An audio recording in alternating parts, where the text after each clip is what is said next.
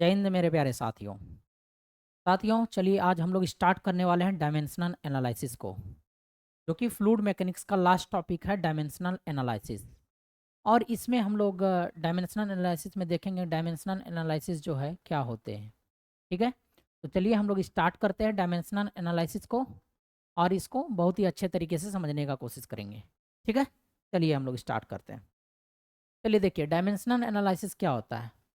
ये एक मेथड होता है जिसकी मदद से हम लोग क्या करते हैं, प्रोटोटाइप या मॉडल का डायमेंशन वगैरह को मेजर करते हैं। प्रोटोटाइप या मॉडल का क्या, प्रोटोटाइप और मॉडल का क्या कर सकते हैं, डायमेंशन को मेजरमेंट कर सकते हैं। इसीलिए बोला गया it is a method of dimension. ये क्या होता है, एक ऐसा मेथड है जिसकी मदद से हम लोग डायमेंशन को मेजरमेंट कर सकते हैं किसी भी चीज़ का। ये ठीक है। तो देखिए, दूसरा बात क्या बोल रहा है, it is a mathematical technique. ये एक तरीके का क्या है, मैथमेटिकल टेक्निक, जिसकी मदद से हम लोग क्या कर सकते हैं, रिसर्च कर सकते हैं वर्ल्ड का रिसर्च बोल रहे हैं। वर्ल्ड का रिसर्च रिसर्च हम लोग कैसे करेंगे, तो करेंगे हम लोग for designing and conducting model testing. किसकी मदद से करेंगे, designing and conducting model testing. ठीक है, designing and conducting model testing का मतलब क्या है कि मान लीजिए हमारे पास कोई मॉडल है, किसी चीज़ का मॉडल है। मान लीजिए यही है हमारा मॉडल, यही मान लीजिए मॉडल है, सपोज दैट। ठीक है, इसका डिजाइनिंग एंड टेस्टिंग करने के लिए कि इसका डायमेंशन क्या है, लेंथ क्या है, विड्थ क्या है और हाइट क्या है। ये क्या है हमारा डायमेंशंस है, इसका लेंथ विड्थ हाइट, ये सभी जो है डायमेंशंस है किसके, हमारे मॉडल्स के। मान लिए कि अभी ये हमारा क्या है, मॉडल है। अभी हम थोड़ी देर बाद जो है आपको बताएंगे मॉडल और प्रोटोटाइप में क्या अंतर होता है, किसको हम लोग मॉडल कहते हैं, किसको हम लोग प्रोटोटाइप कहते हैं। इसको भी अभी हम बताएंगे। बस अभी जानना है कि डायमेंशनल एनालिसिस हमारा क्या होता है। तो पहला बोला it is a method of dimensions. ठीक है, मतलब डायमेंशंस क्या, लेंथ विड्थ डेप्थ, ये सब तो हमारा डायमेंशन है ना। तो इसीलिए बोला कि ये एक मेथड है डायमेंशंस का, और ये एक मैथमेटिकल टेक्निक है जिसकी मदद से हम लोग वर्ल्ड का रिसर्च कर सकते हैं for designing and conducting model testing. Model का डिजाइनिंग एंड मॉडल का टेस्टिंग करने के लिए हम लोग डायमेंशनल एनालिसिस का क्या लेते हैं, हेल्प लेते हैं। ठीक, अब देखिए तीसरा पॉइंट बोल रहा है it deals with dimension of physical quantity. ये क्या बोल रहा है, ये डील करता है किसके साथ, डायमेंशंस ऑफ फिजिकल क्वांटिटी। अब फिजिकल क्वांटिटी क्या होता है, जिसकी मदद से हम लोग क्या करते हैं, मेजरमेंट करते हैं। जिसकी मदद से हम लोग क्या करते हैं, मेजरमेंट करते हैं, उसी को हम लोग क्या बोलेंगे, फिजिकल क्वांटिटी बोलेंगे। ठीक है, या फिजिकल क्वांटिटी की मदद से ही हम लोग कह सकते हैं कि क्या करते हैं, मेजरमेंट करते हैं। ठीक है, तो इतना बात आप लोगों को क्लियर पता चला होगा कि डायमेंशनल एनालिसिस जो है हमारा क्या होता है। चलिए आगे बढ़ते हैं हम लोग। अब इसमें देखते हैं हम लोग कुछ फंडामेंटल क्वांटिटी, जब हम मेजरमेंट कर रहे हैं तो कुछ फंडामेंटल क्वांटिटी के बारे में भी जानना होगा, कुछ ड्राइव्ड क्वांटिटी के बारे में भी जानना होगा। तो फंडामेंटल क्वांटिटी जो हमारे होते हैं, टोटल 7 फंडामेंटल क्वांटिटी होते हैं। कितने होते हैं, टोटल 7 फंडामेंटल क्वांटिटी होते हैं। कौन कौन सा 7 फंडामेंटल क्वांटिटी है, याद कीजिए, 9th क्लास में आप पढ़े होंगे। ये 9th क्लास का चीज़ है, 9th क्लास में आप फिजिक्स में पढ़े होंगे, fundamental quantity and derived quantity. ठीक है, तो देखिए फंडामेंटल क्वांटिटी कितने हैं, टोटल 7 हैं। 1 2 3 4 5 6 7, टोटल 7 फंडामेंटल क्वांटिटी है। तो पहला फंडामेंटल क्वांटिटी जो आएगा हमारा, वो होता है हमारा मास। क्या होता है हमारा, मास होता है। पहला फंडामेंटल क्वांटिटी होता है हमारा मास। दूसरा जो फंडामेंटल क्वांटिटी होता है वो होता है हमारा लेंथ। और तीसरा जो फंडामेंटल क्वांटिटी होगा वो होता है हमारा टाइम। चौथा जो फंडामेंटल क्वांटिटी है वो है हमारा करेंट। पांचवा fundamental quantity amount of substance. और छठा फंडामेंटल क्वांटिटी है हमारा लुमिनस इंटेंसिटी। क्या है हमारा, लुमिनस इंटेंसिटी। और लास्ट जो फंडामेंटल क्वांटिटी है हमारा, वो क्या है हमारा, टेम्परेचर है। क्या हमारा, टेम्परेचर। अब देखिए, अब जब हम फंडामेंटल क्वांटिटी की बात कर रहे हैं, पहला फंडामेंटल क्वांटिटी मास बोले हम, तो उसको हम लोग डिनोट करते हैं कैपिटल एम से। लेंथ को डिनोट करते हैं कैपिटल एल से। ये क्या है हमारा, डायमेंशंस है। ये हमारा क्या है, डायमेंशंस है। कि मास को हम लोग एम से डिनोट करते हैं इन केस ऑफ डायमेंशंस। ठीक है, और टाइम को किससे करते हैं, टी से डिनोट करते हैं। करंट को किससे डिनोट करेंगे, ए से। करंट का यूनिट क्या होता है, एम्पियर होता है, इसीलिए उसको हम लोग ए से डिनोट किए हैं। करंट का यूनिट होता है एम्पियर, इसीलिए हम लोग उसको क्या किए हैं, ए से डिनोट किए हैं। और अमाउंट ऑफ सबस्टांस जो है, अमाउंट ऑफ सबस्टांस को हम लोग मोल से डिनोट करते हैं। अमाउंट ऑफ सबस्टांस को हम लोग किससे डिनोट करते हैं, मोल से डिनोट करते हैं। ये जो हमारा छठा नंबर का क्वांटिटी है, ये हमारा ल्यूमिनस इंटेंसिटी, जिसको हिंदी में भी कहते हैं हम लोग ज्योति तीव्रता, इसका जो यूनिट होता है कैंडला होता है। इसका यूनिट क्या होता है, कैंडला होता है। तो इसको हम लोग सीडी से रिप्रेजेंट करते हैं। एंड साथ ही साथ जो लास्ट हमारा लास्ट फंडामेंटल क्वांटिटी है, वो है हमारा क्या, टेम्परेचर। और इस टेम्परेचर को हम लोग किससे डिनोट करते हैं, टी से डिनोट करते हैं, टेम्परेचर को टी से। लेकिन इसका यूनिट होता है हमारा केल्विन या डिग्री सेंटीग्रेड। लेकिन केल्विन यूनिट को जो है एसआई में प्रीफर्ड किया जाता है, इसीलिए टेम्परेचर का क्या हो जाएगा, डायमेंशन के हो जाएगा। तो ये 7 फंडामेंटल क्वांटिटी था हमारा। और इन्हीं सातों फंडामेंटल क्वांटिटी को हम लोग क्या कहते हैं, डायमेंशन इंडिकेटर। यानी कि ये मास का डायमेंशन को इंडिकेट करता है कौन, एम। लेंथ का डायमेंशन को इंडिकेट करता है कैपिटल एल। टाइम के डायमेंशन को इंडिकेट करता है कैपिटल टी। एंड करेंट के डायमेंशन को इंडिकेट करता है capital A. Amount of substance के डायमेंशन को इंडिकेट करता है मोल। और ल्यूमिनस इंटेंसिटी के डायमेंशन को इंडिकेट करता है सी डी। टेम्परेचर के डायमेंशनल इंडिकेटर कौन होते हैं, केल्विन होते हैं। क्लियर, ये फंडामेंटल क्वांटिटी था। अब जो हमारा आएगा डिराइव्ड क्वांटिटी होता है। तो डिराइव्ड क्वांटिटी क्या होता है, एक फंडामेंटल क्वांटिटी के मदद से हम लोग क्या बनाएंगे, डिराइव्ड क्वांटिटी बनाएंगे। मतलब डिराइव्ड क्वांटिटी हम लोग उस क्वांटिटी को कहते हैं जो कि हमारे फंडामेंटल क्वांटिटी की मदद से बनाए जाते हैं। ठीक है, उसी को हम लोग क्या कहते हैं, डिराइव्ड क्वांटिटी कहते हैं। तो चलिए हम लोग डिराइव्ड क्वांटिटी भी देखते हैं। तो देखिए डिराइव्ड क्वांटिटी जैसे हम क्या दिए एग्जाम्पल, ये आपका क्या है, एग्जाम्पल है। एग्जाम्पल दिए हम आपको कि डिराइव्ड क्वांटिटी जो होता है कई सारे फंडामेंटल क्वांटिटी के मिलने से बनते हैं, कह सकते हैं। तो ये है हमारा डेंसिटी, ये हमारा क्या है, डेंसिटी है। ये हमारा है डेंसिटी। और ये है हमारा क्या, वेलोसिटी। ये है हमारा वेलोसिटी। और ये है हमारा एक्सलरेशन, एक्सलरेशन। ठीक है, एक्सलरेशन। ठीक, अब देखिए ये कैसे हम जानेंगे कि डिराइव्ड क्वांटिटी। अब इसमें देखिए क्या है, इसमें क्या आपका डेंसिटी है। डेंसिटी बराबर क्या होता है, मास डिवाइडेड बाय वॉल्यूम होता है। Mass divided by volume. Mass को हम लोग किससे रिप्रेजेंट करेंगे, बोलिए, एम से रिप्रेजेंट करेंगे ना, एम से। अब वॉल्यूम, वॉल्यूम को किससे, लीटर या मीटर क्यूब।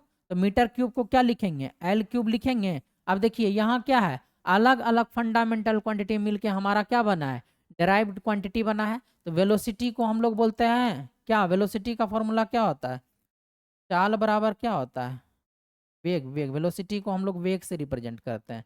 तो वेलोसिटी होता है मीटर पर सेकेंड। तो जब इसको डायमेंशन के फॉर्मेट में लिखिएगा तो मीटर को क्या लिखिएगा, एल, और इसको क्या लिखिएगा, टी।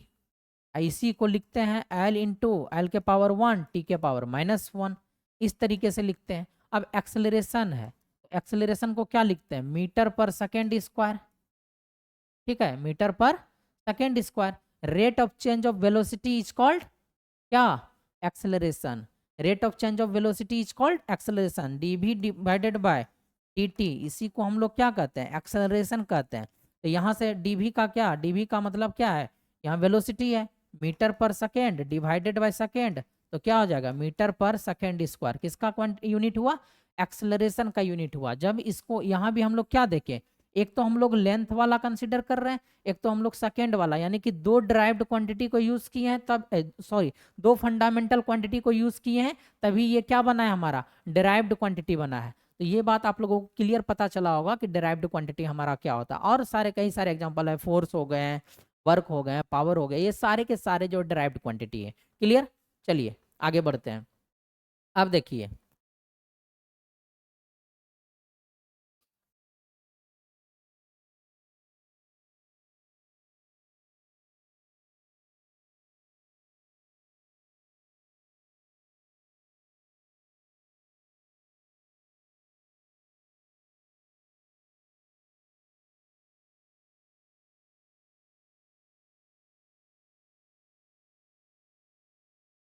चलिए अब डायमेंशनल एनालिसिस, अब यहाँ तक देख लिया हम लोग कि फंडामेंटल क्वांटिटी क्या होता है, डिराइव्ड क्वांटिटी क्या होता है। अब इसमें हम लोग क्या देखेंगे, कुछ क्वांटिटी है हमारे पास और उसके क्या क्या डायमेंशंस होते हैं। कुछ क्वांटिटी है हमारे पास और उसके क्या क्या डायमेंशंस होते हैं। जैसे हमारे पास कुछ फंडामेंटल क्वांटिटी, तो जनरली हम लोग फंडामेंटल क्वांटिटी ले लेते हैं, उसका डायमेंशन क्या होता है उस फंडामेंटल क्वांटिटी का। फंडामेंटल क्वांटिटी में क्या क्या आएगा हम बताएं, अभी 7 होता है मास, मास के बाद क्या, मास के बाद होता है हमारा क्या, बोलिए, MLT, लेंथ, लेंथ टाइम, ये तो 3 हो गया। और उसके बाद MLT करेंट हो गया, अमाउंट ऑफ सबस्टांस हो गया, लुमिनस इंटेंसिटी हो गया, एंड लास्ट में क्या हमारा, लुमिनस इंटेंसिटी 1 2 3 3 3 6 हो गया, एंड लास्ट में टेम्परेचर, लास्ट में टेम्परेचर। तो अब यहाँ से देखिए 3 चीज लिया है, मास लिया है, लेंथ लिया है और टाइम लिया है। मास को m से रिप्रेजेंट, लेंथ को l से, टाइम को t से, तो इसीलिए m l एंड t लिखे हैं यहाँ फंडामेंटल क्वांटिटी का डायमेंशंस। अगर ज्योमेट्रिक क्वांटिटी बोले, ज्योमेट्री कैसा, ज्योमेट्री का मतलब क्या समझे आप, एरिया कैसा है, ज्योमेट्री फिगर, जैसे कि बोलेंगे हमारे पास फोन है, हमारे पास क्या है फोन है, इसका ज्योमेट्री कैसा है, आप बोलिएगा कि रेक्टेंगुलर शेप का है, रेक्टेंगुलर है, इसे देखिएगा तो रेक्टेंगुलर है बोलिएगा ना।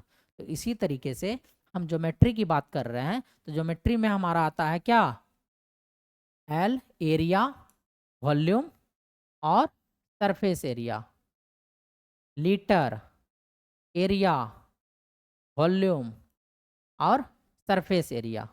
ठीक, सरफेस एरिया यहाँ तक बोलिए, किसी को कोई प्रॉब्लम है तो ज्योमेट्री में। ठीक, अब काइनामेटिक्स, काइनामेटिक्स में हम लोग क्या क्या देखेंगे, जब काइनामेटिक्स क्वांटिटी होगा तो उसका डायमेंशन हमारा क्या क्या होगा। तो पहला वेलोसिटी, दूसरा एक्सेलरेशन, तीसरा बोलिए ये डब्लू, डब्लू को हम लोग किससे रिप्रेजेंट करते हैं, एंगुलर वेलोसिटी से, डब्लू रिप्रेजेंट करते हैं हम लोग किससे, एंगुलर वेलोसिटी, एंगुलर वेलोसिटी। और ये अल्फा, ये है हमारा एंगुलर एक्सेलरेशन, क्या हमारा एंगुलर एक्सेलरेशन है।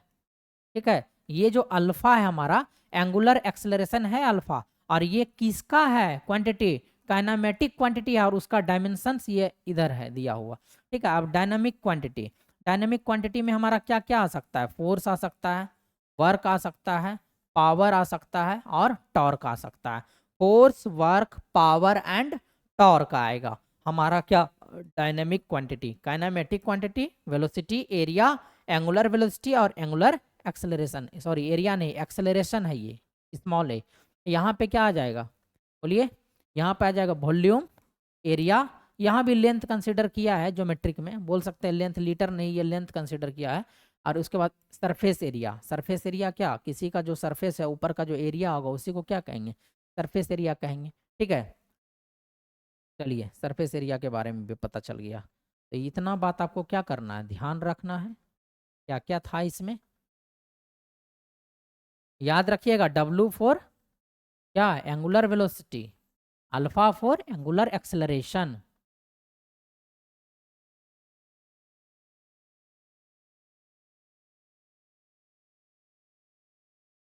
अरे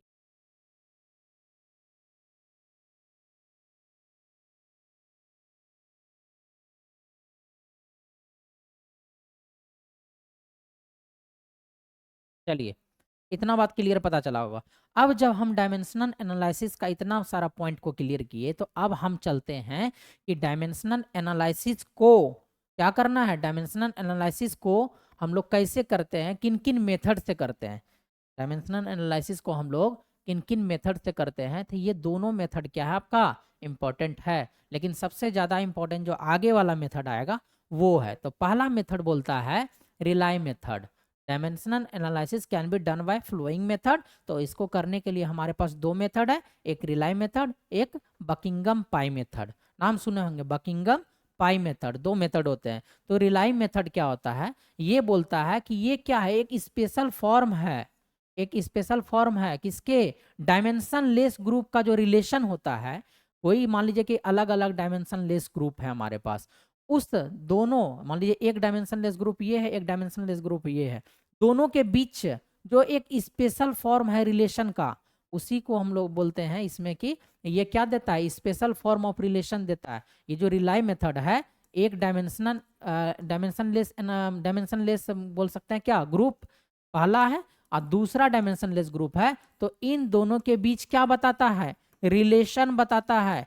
कौन बताता है रिलेशन, तो ये रिलाई मेथड। इसकी मदद से हम लोग क्या बता सकते हैं, इस डायमेंशनलेस ग्रुप और इस डायमेंशनलेस ग्रुप के बीच क्या रिलेशन है। तो वही बोल दिया है कि ये जो रिलेशन है हमारा वो स्पेशल फॉर्म है, रिलेशन का स्पेशल फॉर्म। जैसे बोलते हैं ना कि भाई एक आदमी के, मान लीजिए कोई आदमी है और उसका कई सारे रिलेटिव हैं, उसके कई सारे रिलेटिव हैं। एक तो मान लीजिए कि उस व्यक्ति का जो है कोई मामा जी लग रहे हैं, उस व्यक्ति के कोई फूफा जी लग रहे हैं। अब उस व्यक्ति के जो मामा जी हैं और उस व्यक्ति के जो फूफा जी हैं, दोनों, ये मामा जी हमसे कनेक्ट है यानी कि इस व्यक्ति से कनेक्ट है, ये फूफा जी इस व्यक्ति से कनेक्ट है। तो यहाँ पे क्या हो गया, जब हमारे साथ यानी कि इस व्यक्ति के साथ फूफा जी और इस व्यक्ति के साथ मामा जी कनेक्ट हैं, तो हम लोग क्या बोलेंगे, तो यहाँ पे एक रिलेशन डेवलप हो रहा है, यहाँ एक रिलेशन डेवलप हो रहा है, लेकिन दोनों रिलेशन में कैसे बोलते हैं, एक स्पेशल रिलेशन है इसके बीच, किसी एक के बीच स्पेशल रिलेशन है, यानी कि उसका वैल्यू ज़्यादा देता है। मतलब बोलते हैं ना, कोई आता है, मान लीजिए फूफा जी का अगर वैल्यू ज़्यादा देते हैं तो उसका इज्जत ज़्यादा करते हैं, मामा जी का वैल्यू कम देते हैं तो मामा जी का इज्जत कम करते हैं। तो उसी तरीके से बोल रहा है कि ये जो एक डायमेंशनलेस ग्रुप है और ये जो दूसरा डायमेंशनलेस ग्रुप है, दोनों के बीच जो रिलेशन है वो एक कैसा रिलेशन है, स्पेशल फॉर्म का रिलेशन है। ठीक है, समझ गए ना इतना बात। चलिए हम लोग आगे चलते हैं। दूसरा पॉइंट ये क्या बोल रहा है, it doesn't provide any information regarding the number of dimensionless group to be obtained.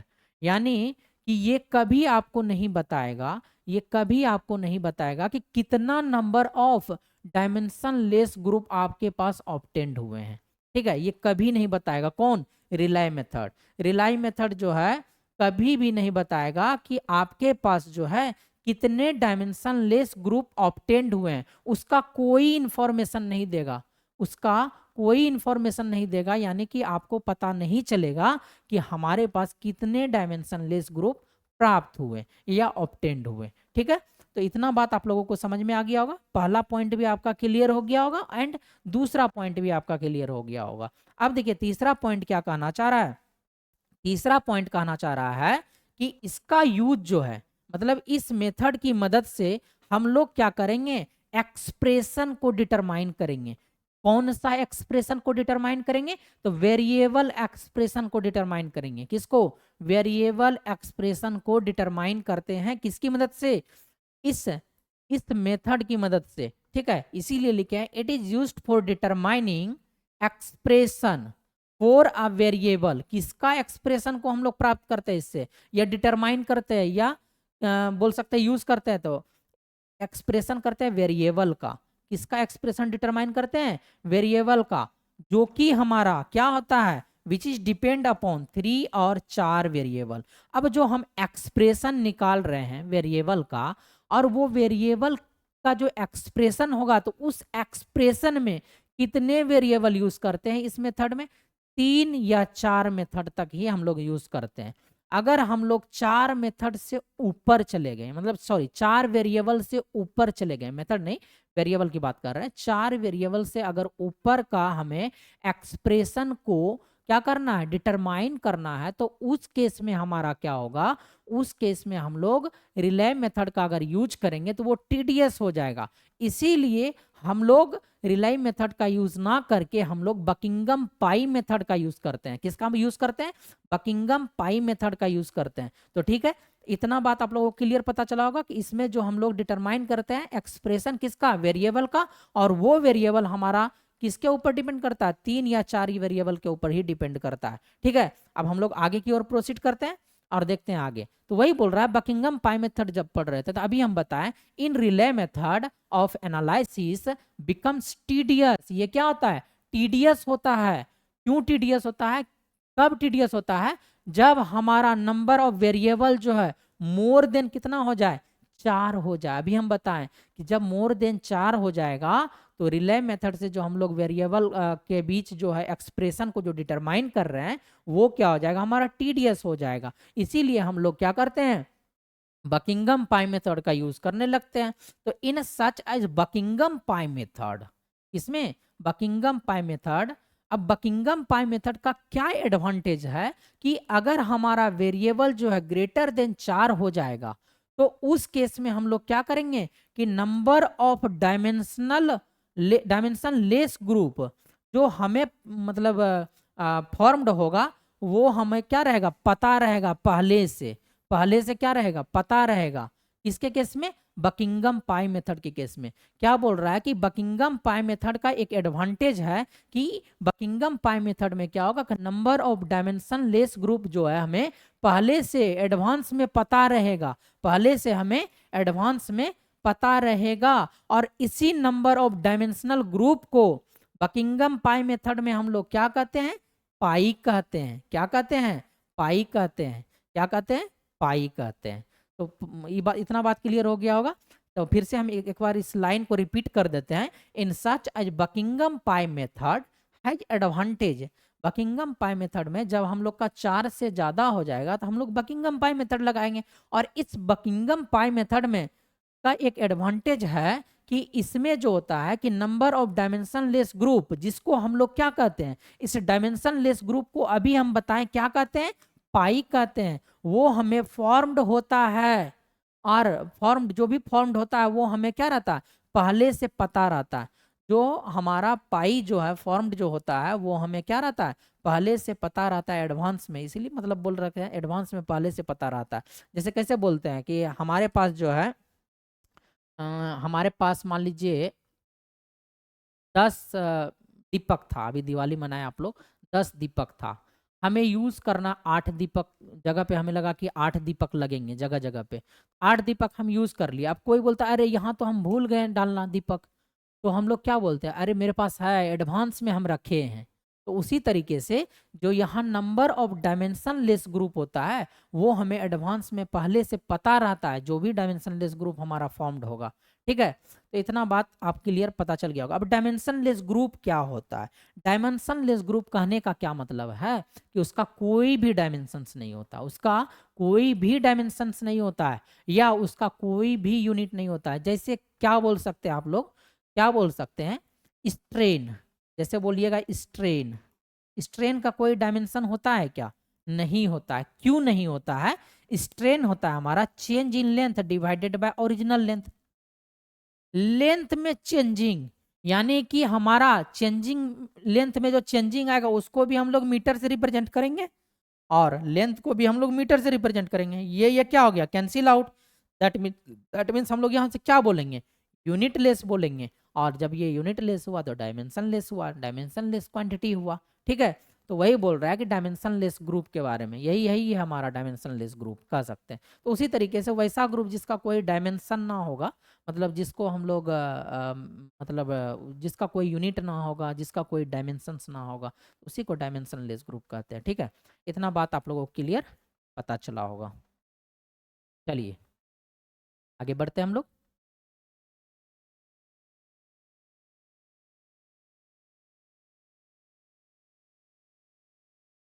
चलिए अब हम जो बात करने वाले हैं, अब हम बात करने वाले हैं बकिंगम पाई मेथड में कि क्या होता है कि अकॉर्डिंग टू दिस मेथड, इस मेथड के अनुसार, ये इंपॉर्टेंट है, बहुत ही ज़्यादा इंपॉर्टेंट है, ध्यान रखिएगा आप, ध्यान से सुनिएगा इसको। ये क्या बोल रहा है, अकॉर्डिंग टू दिस मेथड, अगर हमारे पास इस मेथड में, इस मेथड के अनुसार अगर हमारे पास n नंबर ऑफ वेरिएबल हो, n नंबर ऑफ वेरिएबल हो, चाहे वेरिएबल हमारा डिपेंडेंट हो या चाहे वेरिएबल हमारा इंडिपेंडेंट हो, दोनों वेरिएबल को कंसिडर करना है, डिपेंडेंट को भी करना है, इंडिपेंडेंट को भी करना है। इसीलिए बोल रहा है कि इस मेथड के अनुसार अगर हमारे पास n नंबर ऑफ वेरिएबल हो, चाहे वो डिपेंडेंट हो चाहे वो इंडिपेंडेंट हो। अभी क्या होता है डिपेंडेंट वेरिएबल, क्या होता है इंडिपेंडेंट वेरिएबल, उसको भी अभी हम बताएंगे। तो वही बोल रहा है इन अ डायमेंशनली होमोजीनियस इक्वेशन, अगर हमारे पास कोई डायमेंशनली होमोजीनियस इक्वेशन है, कोई इक्वेशन है, मान लीजिए ये है हमारा y बराबर mx प्लस सी, ये स्ट्रेट लाइन का इक्वेशन है, ठीक है। इसमें भी हमें क्या देखने को मिल रहा है, n number of variable. n number of variable का मतलब क्या, यहाँ n का मतलब है काउंटिंग करना है, 1 2 3 4 इस तरीके से। तो इसमें कोई ना कोई कुछ ना कुछ तो वेरिएबल होगा। मान लेते हैं अभी कि n नंबर ऑफ वेरिएबल है और ये इक्वेशन है हमारा, मान लीजिए होमोजीनियस इक्वेशन है, ठीक है। होमोजीनियस इक्वेशन में n नंबर ऑफ वेरिएबल अगर हमारे पास है और साथ ही साथ ये जो variable n number of variable निकल रहा है, यानी कि n नंबर ऑफ वेरिएबल जो हमारे पास है वो n नंबर ऑफ वेरिएबल अगर m फंडामेंटल डायमेंशन को कंटेन कर रहा है, m फंडामेंटल डायमेंशन को कंटेन कर रहा है, तो उस केस में number of dimension less group कितना होगा, तो वो हो जाएगा हमारा n माइनस m। फिर से सुनिएगा, हमारे पास क्या था, कोई इक्वेशन था, होमोजीनियस इक्वेशन, ठीक है, इंपॉर्टेंट है इसीलिए हम रिपीट कर रहे हैं। हमारे पास क्या है, कोई होमोजीनियस इक्वेशन है, ठीक है, उसमें हम बोल दिए कि n वेरिएबल है, क्या है, n वेरिएबल है। अभी n का वैल्यू क्या है वो हमें पता नहीं है, कुछ भी हो सकता है, 1 2 3 4 डैश n तक, इसीलिए n लिखे हैं। हमारे पास इक्वेशन में n नंबर ऑफ वेरिएबल है और वेरिएबल क्या, या तो डिपेंडेंट वेरिएबल या तो इंडिपेंडेंट वेरिएबल, कुछ भी हो, दोनों वेरिएबल को काउंट करना है, ठीक है। और ये जो n नंबर ऑफ वेरिएबल है, अब ये कितना फंडामेंटल क्वांटिटी को क्या करता है, कंटेन करता है। तो हम मान लिए कि m फंडामेंटल क्वांटिटी क्या कर रहा है, क्वांटिटी क्या कर रहा है, कंटेन कर रहा है। कौन, हमारा यही वेरिएबल। जब m फंडामेंटल क्वांटिटी को कंटेन करेगा, तो अब बताना है कि आपके पास कितने डायमेंशन लेस ग्रुप प्राप्त होंगे, ठीक है। तो उसका हो जाएगा कि n वेरिएबल था टोटल में माइनस कर देंगे फंडामेंटल ग्रुप को, तो हमें प्राप्त हो जाएगा कितने डायमेंशन लेस ग्रुप हैं। और इसी डायमेंशन लेस ग्रुप को हम लोग पाई ग्रुप के नाम से जानते हैं। किस ग्रुप के नाम से जानते हैं, पाई ग्रुप या पाई टर्म, पाई ग्रुप या पाई टर्म के नाम से जानते हैं, ठीक है। यही एग्जाम में पूछा जाता है। अब हम क्या करते हैं, आपको डिपेंडेंट वेरिएबल और इंडिपेंडेंट वेरिएबल के बारे में समझाते हैं। देखिए, अब dependent variable and independent variable क्या होता है उसको देखते हैं। ये इंपॉर्टेंट है, बहुत ही ज्यादा इंपॉर्टेंट है, कई सारे क्वेश्चन पूछे गए, डायरेक्ट यही स्टेटमेंट पूछ दिया गया है, ठीक है। देखिए,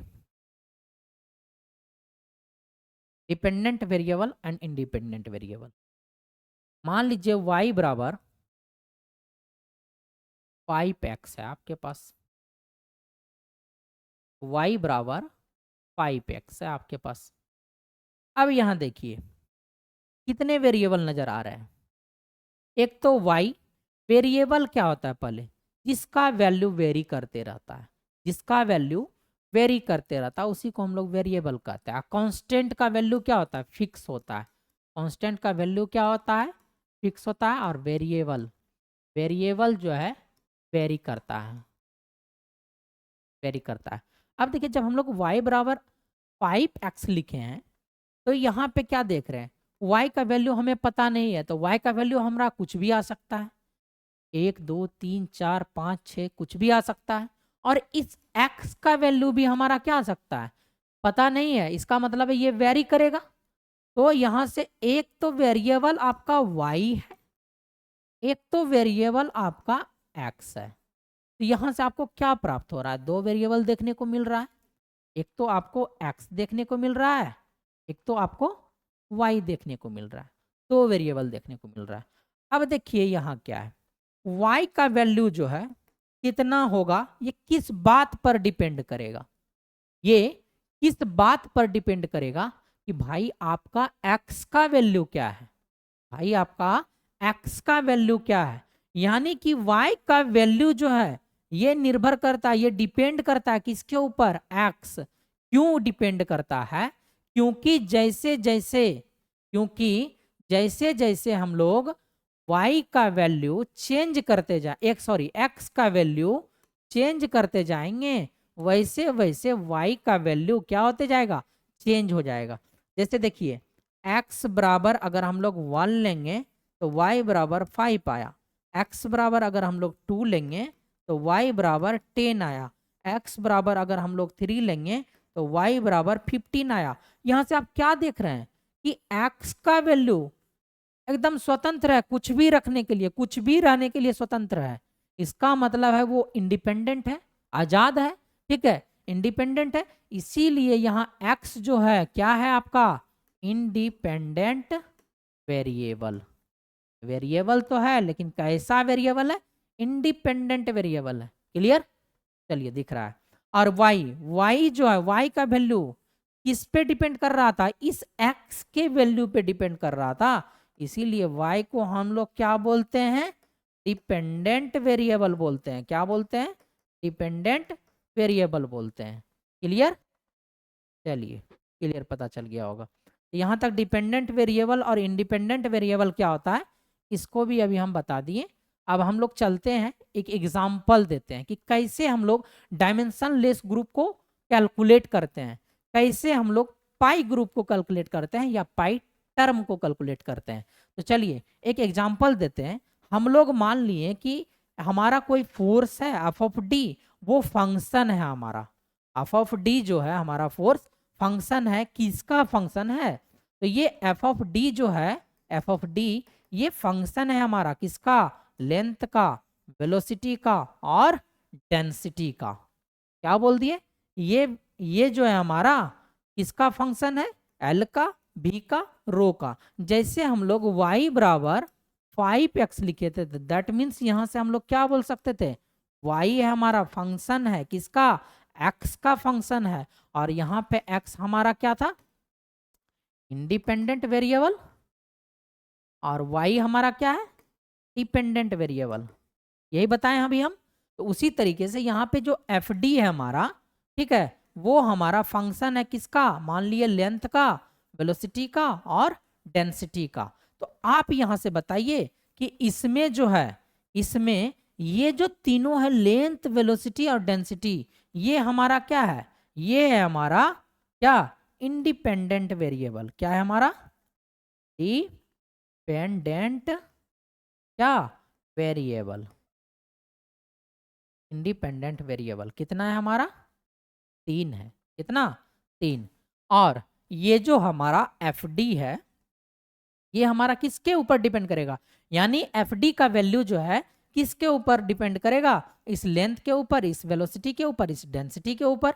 तो यहाँ पे जो होता है हमारा, ये एफ डी जो है हमारा, ये क्या है हमारा, डिपेंडेंट क्या वेरिएबल, ये हमारा डिपेंडेंट वेरिएबल। और ये कितना है हमारा डिपेंडेंट वेरिएबल, संख्या में एक ही डिपेंडेंट वेरिएबल है। और यहाँ पे हमारा क्या है, इंडिपेंडेंट वेरिएबल जो है 3 इंडिपेंडेंट वेरिएबल है।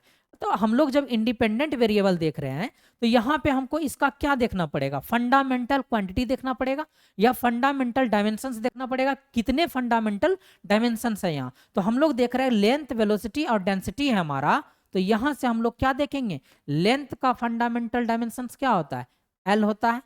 वेलोसिटी का फंडामेंटल डायमेंशंस क्या होता है, वेलोसिटी को हम लोग लिखते हैं मीटर पर सेकेंड। तो यहाँ से क्या हो जाएगा, L divided by capital T, capital L divided by capital T. तो यहाँ से जब हम लोग लेंगे तो इसमें क्या यूज हुआ, एल हुआ यूज और टी हुआ यूज। लेंथ में ओनली क्या यूज हुआ है, लेंथ में ओनली यूज हुआ है कैपिटल एल। और डेंसिटी में, डेंसिटी बराबर क्या होता है, मास डिवाइडेड बाय वॉल्यूम होता है। जब यहाँ से डेंसिटी बराबर मास डिवाइडेड बाय वॉल्यूम बोलेंगे तो मास को हम लोग केजी से रिप्रेजेंट करते हैं और केजी का डायमेंशन होता है हमारा कैपिटल एम। और वॉल्यूम, वॉल्यूम को हम लोग लीटर क्यूब यानी कि एल क्यूब भी बोल सकते हैं, मीटर क्यूब भी बोल सकते हैं। तो यहाँ मीटर का बोल रहे हैं तो एल होगा, क्योंकि मीटर लेंथ में लेते हैं, एल होगा एल क्यूब। तो यहाँ पे क्या यूज हुआ, एम यूज हुआ और एल यूज हुआ। अब जो ये तीनों टर्म लिखे हैं एल, वी और रो, यानी लेंथ, वेलोसिटी एंड डेंसिटी, इसमें देखिए capital L, T, capital L, capital M, 3 ही फंडामेंटल डायमेंशंस यूज हुआ है। तो यहाँ पे जो है कितने फंडामेंटल डायमेंशन यूज हो रहे हैं, M, L and T use हो रहे हैं, M, L and capital T use हो रहा है, 3 फंडामेंटल डायमेंशंस यूज हो रहे हैं। अब अगर आपसे इसमें पूछे कि डायमेंशन लेस ग्रुप को आपको बताना है कि कितने डायमेंशन लेस ग्रुप होगा, तो सबसे पहले आप क्या कीजिएगा, एन कैलकुलेट कीजिएगा कि हमारा जो भी हमारा फंक्शन है उसमें या जो भी इक्वेशन है उसमें कितने नंबर ऑफ वेरिएबल है। कौन कौन से वेरिएबल, डिपेंडेंट एंड इंडिपेंडेंट दोनों वेरिएबल। तो यहां से देखिए आपका डिपेंडेंट वेरिएबल कितना है, 1 है, इंडिपेंडेंट वेरिएबल कितना है, 3 है, तो टोटल नंबर ऑफ वेरिएबल कितना हो गया आपका, 4 हो गया। यानी कि पाई ग्रुप को हम लोग बोलते थे n माइनस एम, तो n बराबर कितना हो गया आपका, 4 हो गया। और m आपका क्या था, फंडामेंटल क्वांटिटी था, या बोल सकते हैं फंडामेंटल डायमेंशन। तो फंडामेंटल डायमेंशन आपका क्या है, m है, l है और t है, यानी कि 3 फंडामेंटल डायमेंशन है। तो आपको बताना है कि डायमेंशन लेस ग्रुप या पाई ग्रुप कितना प्राप्त हुआ। तो n का वैल्यू 4 और m का वैल्यू 3, तो आप यहां से क्या बोलिएगा कि हमें कितना प्राप्त हुआ, पाई ग्रुप, तो 1 पाई ग्रुप प्राप्त हुआ। ऐसा भी क्वेश्चन एग्जाम में पूछा जाता है, ये पूछा गया है एसएससी में, ठीक है। और ये वाला जो ऊपर पॉइंट लिखाए हैं ये तो भाई कत्तई जहर वाला क्वेश्चन है, मतलब आपको ध्यान रखना पड़ेगा, ठीक है, ध्यान रखना पड़ेगा क्योंकि कई बार एग्जाम में पूछे गए हैं। चलिए इसको इरेज कर देते हैं और हम लोग क्या करते हैं, आगे बढ़ते हैं, अगला पॉइंट देखते हैं कि अगला पॉइंट हमारा क्या है। तो इन दो मेथड यानी कि Rayleigh method and Buckingham pi method, इन दो मेथड की मदद से हम लोग क्या कैलकुलेट करते हैं, मतलब क्या चीज ऑब्टेंड करते हैं या क्या बताना चाहते हैं। तो इसमें हम लोग क्या करते हैं बताइए, इसकी मदद से हम लोग क्या करते हैं, डायमेंशनल एनालिसिस करते हैं इन दो मेथड की मदद से, ठीक है। चलिए क्लियर हो गया होगा पता इसमें, बोलिए यहाँ तक अगर कोई दिक्कत है तो। चलिए आगे बढ़ते हैं। अब देखिए बकिंगम पाई मेथड हो गया है आपका। चलिए फोर्स ऑन फ्लूइड, अब हम बात करते हैं कि फ्लूइड के ऊपर कौन कौन से फोर्सेस लगते हैं। फ्लूइड के ऊपर हमने आपको मतलब पिछले लेक्चर में भी बताया था कि मतलब अलग अलग जो रिनॉल्ड्स नंबर होता है, अलग अलग number, Reynolds number, fraud number, Mach number, Euler number और कई सारे नंबर जो होते हैं उसको हम आगे डायमेंशनल एनालिसिस में बताएंगे। तो आज वो समय आ गया है जिसमें हम आपको बताने वाले हैं रिनॉल्ड्स नंबर क्या होता है, फ्रॉड नंबर क्या होता है। ऐसे रिनॉल्ड्स नंबर हम पीछे भी कई बार कवर कर चुके हैं, लेकिन फ्रॉड नंबर नहीं बताए थे, साथ ही साथ हम क्या नहीं बताए थे, मैक नंबर नहीं बताए थे, साथ ही साथ हम लोग यूलर नंबर नहीं बताए थे, और साथ ही साथ हम लोग इलास्टिक नंबर नहीं बताए थे। उन सभी नंबर को आज हम इसमें कवर करेंगे, ठीक है।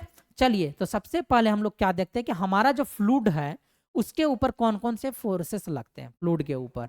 तो सबसे पहला फोर्स, कई सारे फोर्सेस लगते हैं, तो उसमें सबसे पहला फोर्स हमको देखना है विस्कस फोर्स। हम लोग क्या जानते हैं विस्कस फोर्स में, हम लोग जानते हैं shear stress is directly proportional to क्या, shear stress is directly proportional to क्या, बोलिए, rate of du divided by dy बोलते थे ना, वेलोसिटी ग्रेडियंट।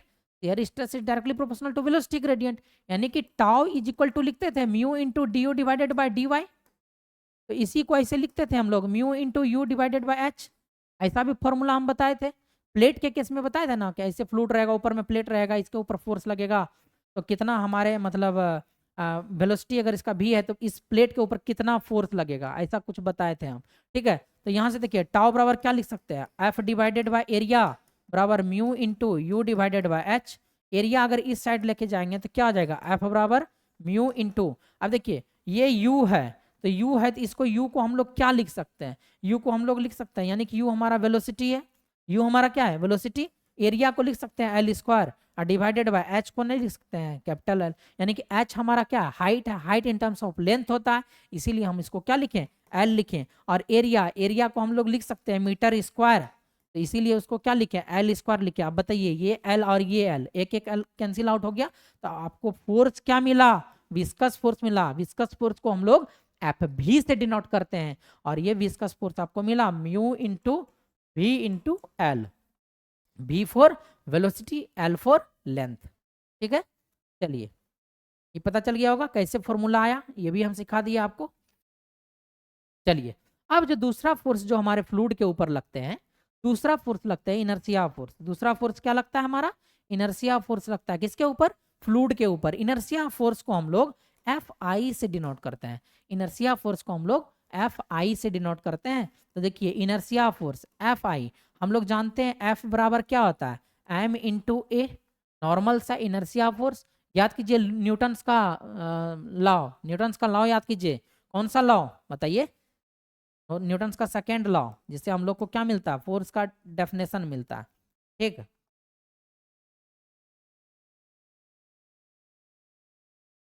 चलिए न्यूटन्स का लॉ याद कीजिए, एफ बराबर एम ए होता है। तो यहाँ से आप क्या कीजिएगा, एफ बराबर जब एम ए होता है तो एम को लिखिएगा मास बराबर density into volume, density into volume, अगुना एक्सेलरेशन को आप क्या लिख सकते हैं, मीटर पर सेकेंड।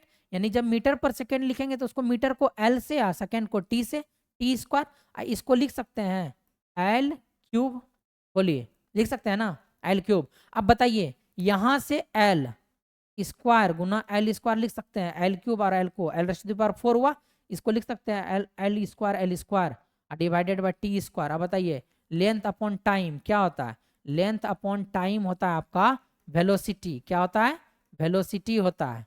अब वेलोसिटी है और लेंथ अपॉन टाइम का स्क्वायर हो जाएगा, तो वेलोसिटी का स्क्वायर और ये एल, ये वेलोसिटी का स्क्वायर और इधर का एल स्क्वायर बचेगा, तो एल स्क्वायर गुना भी स्क्वायर। तो यहाँ से क्या बोल सकते हैं, एल गुना ये वॉल्यूम है, ये क्या है हमारा वॉल्यूम, तो यहाँ से बोल सकते हैं ये, इससे एल स्क्वायर बाहर किए और एक L square divided by T square को हम लोग भी स्क्वायर बोल दिए, इसीलिए लिखे रो एल स्क्वायर भी स्क्वायर।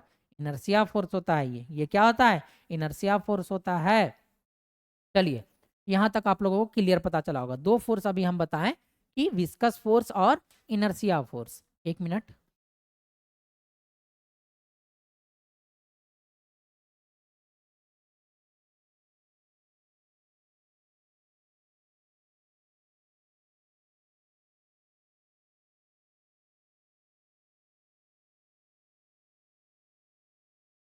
चलिए आगे बढ़ते हैं। दो फोर्सेस का मैंने कवर किया, inertia force and viscous force. अगला जो फोर्स होता है हमारा प्रेशर फोर्स। आप क्या जानते हैं, प्रेशर बराबर होता है फोर्स डिवाइडेड बाय एरिया होता है, क्या होता है, फोर्स डिवाइडेड बाय एरिया। तो एफ पी आपका क्या हो जाएगा, ये एफ पी है, मान लीजिए प्रेशर फोर्स है, तो यहाँ से क्या बोलिएगा पी इंटू एरिया, यानी कि पी गुना एरिया को लिख सकते हैं एल स्क्वायर, यहाँ से क्या हो जाएगा एफ पी बराबर पी एल स्क्वायर हो जाएगा। ठीक है, तो ये तीसरा फोर्स था प्रेशर फोर्स। एंड एक होता है ग्रेविटी फोर्स, जैसे हम लोग इनर्शिया फोर्स में एम इंटू एक्सलरेशन लिखे थे, उसी तरीके से ग्रेविटी फोर्स में ये एक्सलरेशन हमारा किस में कन्वर्ट होता था, हमारा एक्सलरेशन ड्यू टू ग्रेविटी में कन्वर्ट हो जाता है। यानी कि एक के जगह हम लोग किसको लिखते हैं, स्मॉल जी को, ग्रेविटी को लिखते हैं। ठीक है, तो ग्रेविटी फोर्स हमारा कितना होगा, ग्रेविटी फोर्स को हम लोग डिनोट करते हैं एफ जी से। किससे डिनोट करते हैं, एफ जी से। जब ग्रेविटी फोर्स को एफ जी से डिनोट कर रहे हैं तो एफ जी बराबर हो जाएगा हमारा एम इंटू जी, और ये एम हमारा क्या होता है, density into volume, density into volume गुना जी। अब वॉल्यूम को आप क्या लिख सकते हैं, एल क्यूब लिख सकते हैं, तो डेंसिटी गुना एल क्यूब गुना जी। हम इसको क्यों बता रहे हैं, हम इसे इसलिए बता रहे हैं क्योंकि इसके मदद से हम लोग अलग अलग नंबर्स का, जैसे रिनॉल्ड्स नंबर का फॉर्मूला होता है, उसका जो है मतलब आपको बता देंगे कि inertia force upon viscous force, तो आपको लगा देना है वहाँ इनर्शिया फोर्स। आपको डायरेक्ट रिजल्ट रिजल्ट पता रहेगा तो आप डायरेक्ट इनर्शिया फोर्स का रिजल्ट पुट कर दीजिएगा। विस्कस फोर्स का अगर रिजल्ट पता रहेगा तो आप डायरेक्ट क्या कीजिएगा, विस्कस फोर्स को पुट कर दीजिएगा। और दोनों को पुट करके एक रिनॉल्ड्स नंबर का एक स्टैंडर्ड फॉर्मूला आपको मिलेगा, rho V L divided by mu. तो ये कैसे ऑब्टेंड कर रहा है, इसीलिए उसको ऑब्टेंड करने के लिए हमें डायरेक्ट अगर रिजल्ट पता रहेगा तो हम लोग आसानी से इसको पुट करते जाएंगे, आसानी से हम लोग फॉर्मूला को निकाल सकते हैं। ठीक है, चलिए surface tension force. Surface tension force क्या होता है, सरफेस टेंशन क्या होता है बताए थे यूनिट नंबर 1 में, फोर्स डिवाइडेड बाय लेंथ। क्या बताए थे, फोर्स डिवाइडेड बाय लेंथ बताए थे। और ये जो फोर्स होता है लेंथ के क्या होते हैं, परपेंडिकुलर होते हैं। ये जो फोर्स होता है लेंथ के क्या होते हैं, परपेंडिकुलर होते हैं। और यहाँ से हम लोग एफ बराबर क्या बोल सकते हैं, surface tension into length, surface tension into length. इसीलिए सरफेस टेंशन फोर्स को लिखे हैं एफ एस से डिनोट किए, और इसको लिखे रो इंटू एल लिखे, सरफेस टेंशन फोर्स। चलिए अब एक आता है आपका इलास्टिक फोर्स। इलास्टिक फोर्स क्या होता है, एफ ई बराबर के गुना एल स्क्वायर होता है। इलास्टिक फोर्स क्या होता है, एफ ई बराबर K गुना L स्क्वायर होता है। तो ये आपका क्या था, 6 फोर्स है जो कि फ्लूइड के ऊपर हमारे लग सकते हैं। अब हम क्या करेंगे इसी में, अब इसी में हम लोग आगे देखेंगे कि हमारे कौन कौन से नंबर होते हैं, हमारे कौन कौन से नंबर होते हैं डायमेंशन लेस नंबर, मतलब नंबर भी बोल रहे हैं तो कैसा नंबर, डायमेंशन लेस नंबर। अब इसमें हम लोग जो भी नंबर का बात करेंगे तो उस नंबर को हम लोग कैसा नंबर बोलेंगे, डायमेंशन लेस नंबर बोलेंगे। डायमेंशन लेस नंबर क्यों बोल रहे हैं कि उस नंबर का हमारा, जैसे हम लोग जो भी डायमेंशन लेस नंबर बोलेंगे, डायमेंशन लेस नंबर बोल रहे हैं, तो इस डायमेंशन लेस नंबर का, इस डायमेंशन लेस नंबर का कोई भी क्या नहीं होगा, कोई भी डायमेंशन नहीं होगा। क्या नहीं होगा, कोई भी डायमेंशन नहीं होगा, ठीक है। दैट मीन्स कोई भी यूनिट भी नहीं होगा। तो इसीलिए हम लोग बोले यहाँ से कि डायमेंशन लेस नंबर का अब हम क्या करेंगे, फॉर्मूला बताएंगे कि कौन कौन से नंबर होते हैं डायमेंशन लेस नंबर, ठीक है। तो देखिए सबसे पहला डायमेंशन लेस नंबर जो कि बहुत ही इंपॉर्टेंट है, क्या हमारा रेनॉल्ड्स नंबर, क्या हमारा रेनॉल्ड्स नंबर। अब देखिए रेनॉल्ड्स नंबर को हम लोग क्या बोले हैं, इनर्शिया फोर्स, क्या बोल रहे हैं, इनर्शिया फोर्स डिवाइडेड बाय क्या, viscous force, inertia force divided by viscous force, ये दो चीज बोले, inertia force divided by viscous force. अब देखिए इनर्शिया फोर्स भी हमारा फोर्स है, विस्कस फोर्स भी हमारा फोर्स है, यानी कि दोनों का यूनिट क्या, newton by newton cancel out, मतलब यूनिट लेस, मतलब क्या, यूनिट लेस। दैट मीन्स हम लोग क्या बोलेंगे यहां से, डायमेंशन लेस, क्या बोलेंगे, डायमेंशन लेस, क्या बोलेंगे, डायमेंशन लेस। क्लियर, यहां तक समझ में आ गया होगा। इसीलिए हम लोग यहां से क्या देखें, देखिए हर केस में आपको वही मिलेगा, हर केस में आपको वही मिलेगा, क्या मिलेगा, फोर्स डिवाइडेड बाय फोर्स। देखिए रेनॉल्ड्स नंबर, रेनॉल्ड्स नंबर होता है inertia force divided by viscous force. Mach number होता है under root inertia force divided by elastic force. Froude number होता है inertia force divided by gravity force. Froude number क्या होता है, अंडर रूट इनर्शिया फोर्स। देखिए एक ही में रेनॉल्ड्स नंबर में ही केवल अंडर रूट नहीं होता है, बाद बाकी जो भी नंबर आपको अभी देखने को मिलेगा, ध्यान रखने के लिए ऐसा बता रहे हैं, सारे के सारे में अंडर रूट मिलेगा। और सबसे नोमिनेटर में आपको क्या मिलेगा, न्यूमेरेटर में आपको हर हमेशा इनर्शिया फोर्स मिलेगा, इनर्शिया फोर्स। और डिनोमिनेटर में आपका क्या करेगा, वेरी करेगा, क्या करेगा, वेरी करेगा, मतलब ये फोर्स जो चेंज करेगा। देखिए दिख रहा होगा, सब में नोमिनेटर में इनर्शिया फोर्स है, बताइए डिनोमिनेटर में आपका कौन सा फोर्स है, यहाँ विस्कस फोर्स है, यहाँ इलास्टिक फोर्स है, यहाँ ग्रेविटी फोर्स है, ठीक है। तो ये सारा था आपका रेनॉल्ड्स नंबर, फ्रॉड नंबर और मैक नंबर। अब मैक नंबर का ये वाला जो टेबल है आपका, ये कई बार एग्जाम में पूछा गया, कई बार एग्जाम में पूछा गया है कि मैक नंबर का वैल्यू क्या होगा, तो हमारा फ्लो, टाइप ऑफ फ्लो क्या होगा, मैक नंबर का वैल्यू क्या होगा, तो उसके अकॉर्डिंग हमारा टाइप ऑफ फ्लो क्या होगा। देखिए यहाँ अब इनर्शिया फोर्स बोल रहा है मैक नंबर बराबर 1। मैक नंबर 1 हमारा कब हो सकता है, जब हमारा इनर्शिया फोर्स जो है, इनर्शिया फोर्स जो है वो किसके बराबर हो जाए, विस्कस फोर्स के बराबर हो जाए। इनर्शिया फोर्स हमारा अगर विस्कस फोर्स के बराबर होगा तो हमारा जो है क्या होगा, बताइए, हमारा जो है मैक नंबर क्या होगा, 1 होगा, हमारा मैक नंबर क्या होगा, 1 होगा। Mach number greater less than 1, less than 1 बोल रहा है मैक नंबर, इसका मतलब है कि ये जो अंदर वाला वैल्यू है ये क्या होना चाहिए, 1 से कम होना चाहिए। तो 1 से कम कब आएगा, तो इसमें क्या हो सकता है आप बताइए, इनर्शिया फोर्स जो है आपका, इनर्शिया फोर्स जो है वो क्या होगा, कम होगा, किससे, इलास्टिक फोर्स से, इलास्टिक फोर्स से, तभी ये वैल्यू कम आएगा। उसी तरीके से ये सब चीज़ देखिएगा, ठीक है। तो इस तरीके से होता है। तो अब हम क्या करते हैं कि जब मैक नंबर का वैल्यू हमारा इक्वल टू 1 आ रहा है, जब मैक नंबर का वैल्यू हमारा इक्वल टू 1 आ रहा है, तो उसमें टाइप्स ऑफ फ्लो कैसा हो रहा है, सोनिक फ्लो हो रहा है। कैसा फ्लो हो रहा है, सोनिक फ्लो हो रहा है। अगर लेस देन 1 है तो सब सोनिक, ग्रेटर देन 1 है सुपर सोनिक। अब जब आप ओपन चैनल फ्लो पढ़िएगा तो वहां भी पढ़िएगा आप क्रिटिकल, सब क्रिटिकल एंड सुपर क्रिटिकल। तो उसी तरीके से ये भी है, बोल सकते हैं, ठीक है।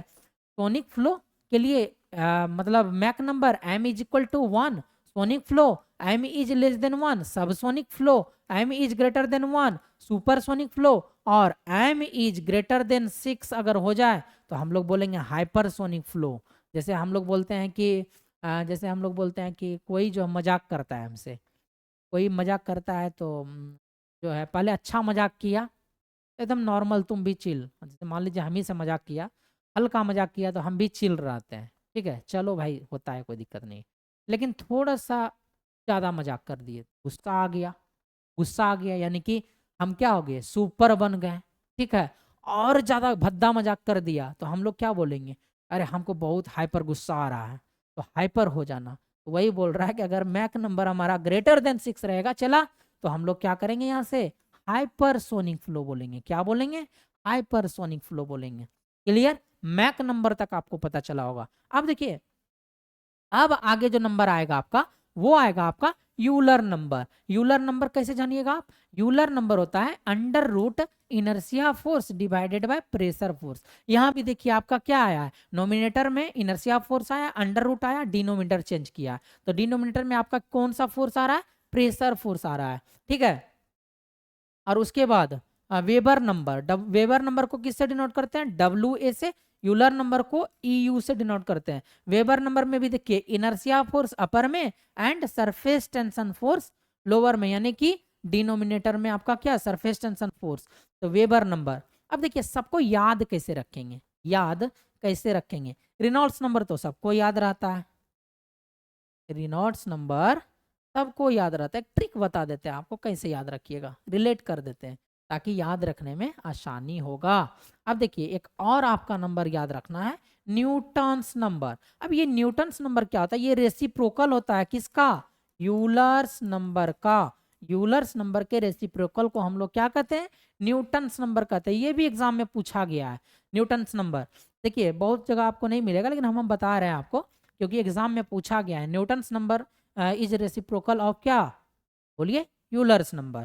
क्लियर। अब देखिए याद कैसे रखिएगा, ये तो आपको याद रहता है।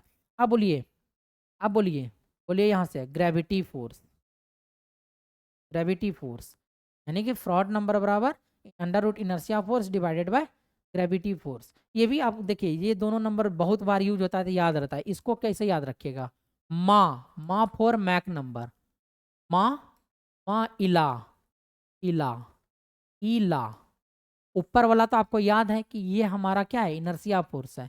इला का मतलब क्या है, इलास्टिक फोर्स।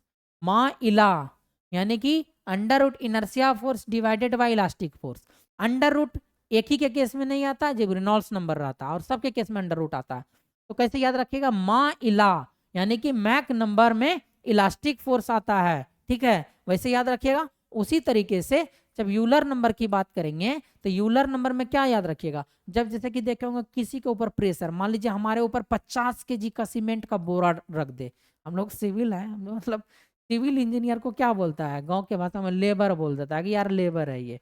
इसका मतलब हम समझाना चाह रहे हैं बस, मतलब इसको मजाक, मतलब मजाक के तौर पे लेना है, सीरियस नहीं लेना है कि हम क्या किए, 50 केजी का बोरा अपने सर के ऊपर रखे तो प्रेशर लगेगा सर के ऊपर, सर के ऊपर क्या लगेगा, प्रेशर लगेगा। जब सर के ऊपर प्रेशर लगेगा तो हम लोग को कैसा होगा, नहीं देखते हैं ज़्यादा वजन देते हैं, हम लोग का दम बाहर होने लगता है, हम लोग का क्या होने लगता है, दम बाहर होने लगता है। हम लोग ऊ करते हैं, अरे यार ऊ हटाओ यार,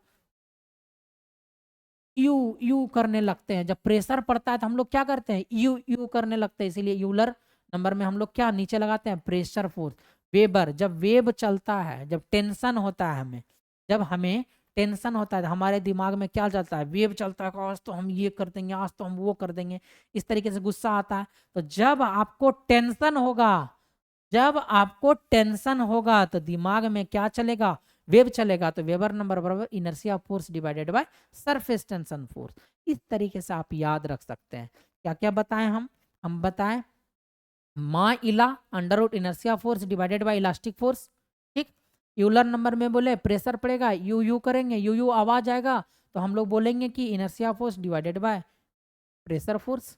इसमें क्या, जब दिमाग में टेंशन चलेगा, सॉरी, जब दिमाग में हाँ, जब दिमाग में टेंशन चलेगा तो हमारा क्या डेवलप होगा, वेव डेवलप होगा। तो हम लोग यहाँ से क्या बोल दिए, inertia force divided by surface tension force. और ये तो हम कवर कर ही दिए, न्यूटन्स न्यूटन्स नंबर बराबर Newton's number is reciprocal of what, reciprocal of Euler's number. चलिए, यहाँ तक आप लोगों को क्लियर समझ में आ गया होगा। आगे की ओर प्रोसीड करते हैं और अगला पॉइंट देखते हैं हम लोग। चलिए, अगला पॉइंट अब देखिए, अभी हम बोले थे कि थोड़ा देर बाद हम आपको बताएंगे मॉडल और प्रोटोटाइप क्या होता है। देखिए हम क्या लिखे हैं, मॉडल है, ये है हमारा मॉडल और ये है हमारा प्रोटोटाइप।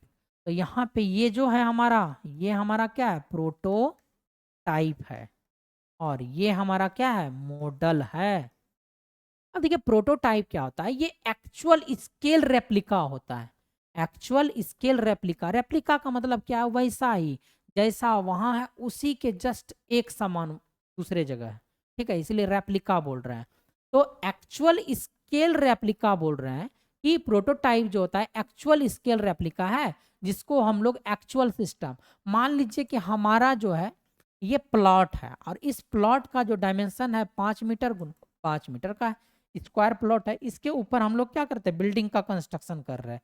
तो कोई ना कोई डिजाइन तो कर रहे होंगे बिल्डिंग का कंस्ट्रक्शन करने के लिए, तो उसी के कंस्ट्रक्शन के समान अगर एक उसी डायमेंशन का अगर हम लोग वैसा ही सेम मॉडल से सेम मतलब डिजाइन और सेम कंस्ट्रक्शन किए, तो इसी को हम लोग क्या कहेंगे, प्रोटोटाइप कहेंगे। क्या कहेंगे, प्रोटोटाइप, प्रोटोटाइप, ठीक है। जैसे जैसे आपको बोलेंगे हम कि हम क्या किए, एक रॉकेट बना रहे हैं, हम क्या किए, एक रॉकेट बना रहे हैं, रॉकेट, रॉकेट, हमको ऐसा रॉकेट बनाना है। क्या करना है, ऐसा रॉकेट बनाना है, ऐसा रॉकेट बनाना। हम क्या किए कि किसी सबस्टांस का, रॉकेट तो हमें अलग अलग मटेरियल का बनाना है, तो हम क्या किए, जितना साइज का रॉकेट बनाना था, जितना डायमेंशंस का रॉकेट बनाना था, उसी इतने ही डायमेंशंस का हम क्या किए, एक कूट वगैरह से उतने ही डायमेंशन का रॉकेट बनाए, या फाइबर वगैरह से उतने ही डायमेंशन का हम क्या बनाए, रॉकेट बनाए। तो उसको हम लोग प्रोटोटाइप कहेंगे। और अगर मॉडल की बात करें तो मॉडल क्या होगा, मॉडल का जो स्केल होता है, यानी कि अगर इसका डायमेंशंस मान लीजिए, इसका डायमेंशन मान लीजिए यही है हमारा, यही है इसका डायमेंशन, या यही मान लीजिए इसका डायमेंशन मान लीजिए 50 मीटर है, हर चीज का डायमेंशन, इसका डायमेंशन 50 मीटर, इसका डायमेंशन 50 मीटर, इसका कम है, इसका 50 मीटर, इस तरीके से। तो मॉडल में क्या करेंगे, जो ये 50 मीटर का जो डायमेंशन लिए हैं मॉडल में, इसको हम लोग 2 मीटर का डायमेंशन से डिनोट करेंगे। तो जब 2 मीटर का डायमेंशन से डिनोट करेंगे तो मॉडल क्या होगा, हमारा छोटा होगा। देखते हैं कॉलेज में जब मॉडल बना के लाने बोलता है तो आप क्या करते हैं, उसका छोटा मॉडल लेके जाते हैं ना, बिल्डिंग का छोटा मॉडल, या पूरा एक सोसाइटी को लोकेट करते हैं, फॉर्म का बनाते हैं, चार्ट चार्ट पेपर का, फॉर्म का, ये सब से हम लोग क्या करते हैं, मॉडल तैयार करते हैं। और उसमें जो एक पूरा कॉलोनी को एक पेपर पे या एक बोल सकते हैं फॉर्म पे डिनोट करते हैं ना। तो हम क्या देखें कि पूरा सोसाइटी का जो डायमेंशन है उससे छोटा डायमेंशन हम किस में डिनोट कर रहे हैं, मॉडल में डिनोट कर रहे हैं ना। तो हमारा जो प्रोटोटाइप होता है वो एक्चुअल स्केल रेप्लिका होता है। क्या होता है, एक्चुअल स्केल रेप्लिका, मतलब जो हमारा जैसा हम लोग जितना का डायमेंशन हमको रेडी करना है उतने ही डायमेंशन का हम लोग एक प्रोटोटाइप बना के दिए। अब मॉडल क्या होता है, उससे छोटा हम लोग डिनोट किए तो उसको हम लोग कहते हैं मॉडल। अब देखिए यही हमारा प्रोटोटाइप है। तो इस प्रोटोटाइप का जो हाइट है, ये हाइट यहाँ तक, उसको हम लोग HP बोले, ठीक है। और ये जो हमारा विड्थ है इसको हम लोग BP बोले, और ये जो हमारा लेंथ है इसको हम लोग LP बोले। उसी तरीके से मॉडल स्मॉल स्केल रेप्लिका होता है, तो इसमें HM बोले, M फॉर मॉडल, यहाँ P फॉर प्रोटोटाइप, और ये विड्थ था तो BM, और ये लेंथ था तो इसको LM, length of model, width of model, height of model. यहाँ पे length of prototype, width of prototype and height of prototype. तो इतना सारा चीज इसमें हम लोग देखें। अब इन्हीं की मदद से हम लोग क्या करेंगे, सिमिलैरिटी निकालेंगे। हम लोग क्या करते हैं, सिमिलैरिटी निकालते हैं। तो अब कौन कौन से सिमिलैरिटी होते हैं, अब हमारे पास कौन कौन से सिमिलैरिटी होते हैं उसको भी हम लोग देख लेते हैं। भी हम दिखाते हैं आपको कौन कौन से सिमिलैरिटी होते हैं। एक मिनट, चलिए ठीक।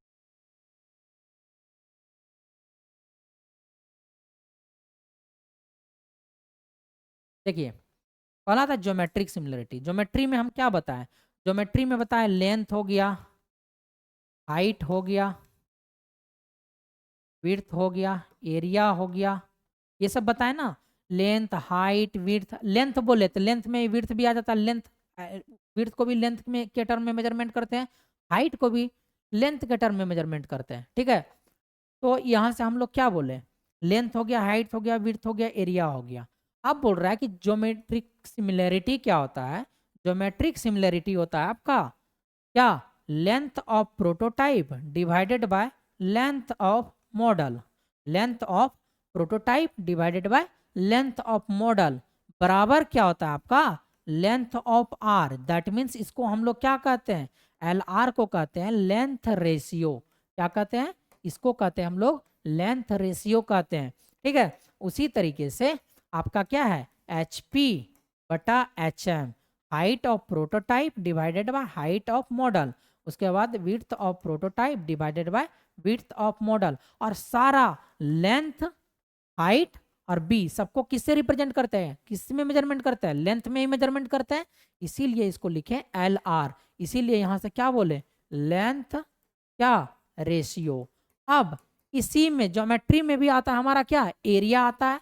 तो area of prototype divided by area of model. तो हम लोग क्या लिए हैं, एरिया को किससे रिप्रेजेंट करते हैं, एल स्क्वायर से, मीटर स्क्वायर से, यानी कि लेंथ स्क्वायर से। इसीलिए यहाँ पे लेंथ रेशियो का भी क्या हो जाएगा, स्क्वायर हो जाएगा। और वॉल्यूम की बात करें, VP divided by V M is equal to क्या, एल आर का क्यूब। इस तरीके से लिखेंगे ज्योमेट्रिक सिमिलरिटी।